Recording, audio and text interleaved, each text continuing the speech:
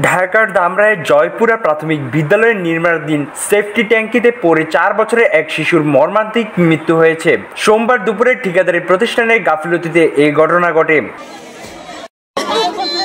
নিহত আয়নের বাবা জানান, সকালে খেলতে গিয়ে ছেলে ট্যাঙ্কিতে পড়ে যায়। খোঁজাখুঁজির পর তাকে উদ্ধার করে হাসপাতালে নেওয়া হলে চিকিৎসক তাকে মৃত ঘোষণা করেন।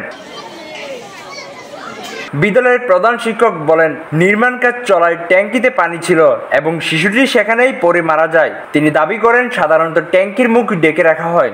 যদিও কাজটা হলো কন্ট্রাক্টরের দেখাশোনা করার কথা এখানে, কিন্তু যেহেতু আমাদের প্রতিষ্ঠান, আমরা এড়াতে পারি না যে আমাদের আরো সতর্কতা উচিত ছিল এই বিষয়ে। কিন্তু কাজটা তো চলমান। আজকেও কিন্তু কন্ট্রাক্টর লোক এখানে আসছিল, সকালে আসছিল, কিন্তু এটা না ঢেকেই চলে গেছে। স্বাধীনতা টিভি বাংলা নিউজ ডেস্ক।